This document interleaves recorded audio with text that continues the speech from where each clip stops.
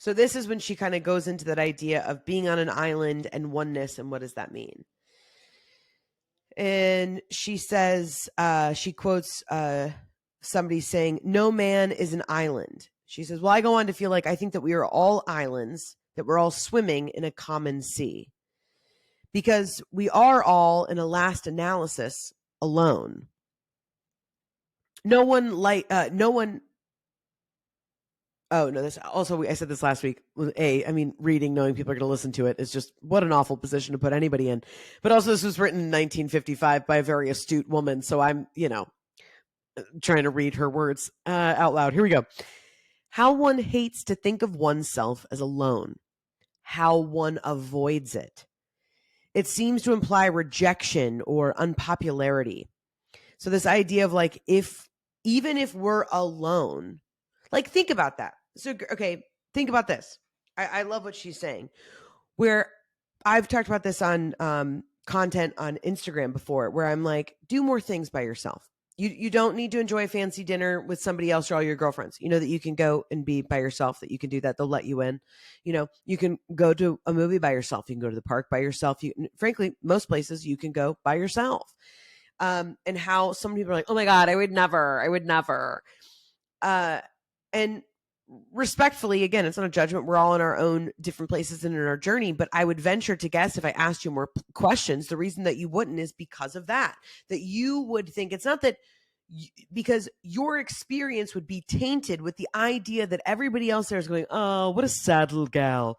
What a sad gal. Look at that sad gal eating that sad salad, where it's like, rather than, I mean, when I look at it, when I see people doing things alone, I envision them, and I believe that it's like, what a powerful place to be as somebody who wants to sit and have a meal by themselves. I mean, Jesus Christ, it's like every meal we have where we got to be talking and like, spitting plates and stuff while we're doing it.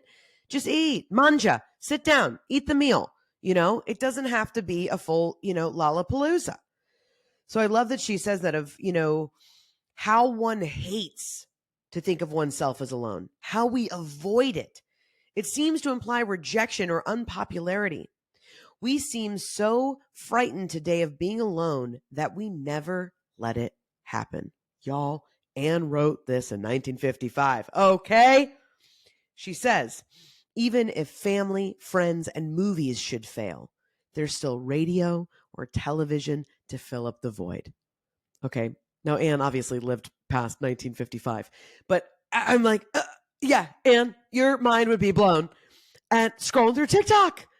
You know what I mean? Or worse, because you do it. You got Netflix on, and then you're laying in bed, but you're also on your phone, just in case you want to watch something else when you're tired of scrolling. Do you know what I mean? Oh, we're nuts. All right. Women who used to complain of loneliness never need be alone anymore. We could do our housework with soap opera heroes at our side, which is so interesting. Yeah, where it was like, even, then obviously there's still homemakers and stay-at-home moms now, but I mean, at that, but we also offer them so much more should they want it, right? In 1955, it was like, well, certainly you would want to be a stay-at-home mom. What do you want to have your own identity? That's cute, right? It really didn't even exist. And I love this. She goes on to say, even daydreaming is seemingly more creative than it is.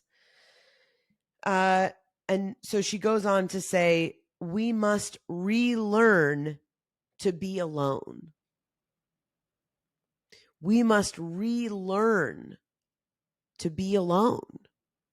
So that's part of your homework that I really want to ask you. And maybe some of you are like me, like like my husband already knows that he's like, if the best way that he can serve me is, by giving me a few hours a week where like I can be alone. Like he knows there's like nothing sweeter. And we'll go through this too when she talks about the artist being alone. It's not that like, oh, I don't want to be around my husband or my children. They're my favorite people in the world. And in fact, most of the circle of people that I have in my life now, I really thoroughly love and I enjoy them. But I can't, as a sensitive person and someone who's always taking things in and a creative person, I always have multiple parts of my brain that are going on at any given time. And it's too much sometimes to process. So I kind of have to turn those other parts of my brain off and allow the one part, again, that island brain, just to be present in what's happening. But in order for me to not feel drained, I have to have processing time. I have to have time to go back and process those events and what happened and how I feel and all of those things. How did I connect with other people? What do I think of that? Is there art that I want to make from that, right? Now, all of these questions are not always conscious, but giving myself the space to be alone, be with oneness, is where I can allow all of that to regenerate. And so I just want to offer that to you. Maybe you are somebody, you already know that about yourself. Maybe you are knowing that you want to be capable of that thing, that you want to see what happens in that space. And that's something I think that is so interesting, because a lot of times when I'm working with people, when I'm doing energy reads, when I'm coaching with people, even, just folks in my life, and they talk about all the things that they want to do. And I'm, again, this goes back to last week, but what is the shape of your life? What is your pattern of living? Because if it's not making space for that life that you're saying that you want, you're not going to get there. And so this idea of being alone, of being able to be one with yourself, will give you that headspace and that time to create that strategy, for lack of a better word. How are you going to get from A to Z, right?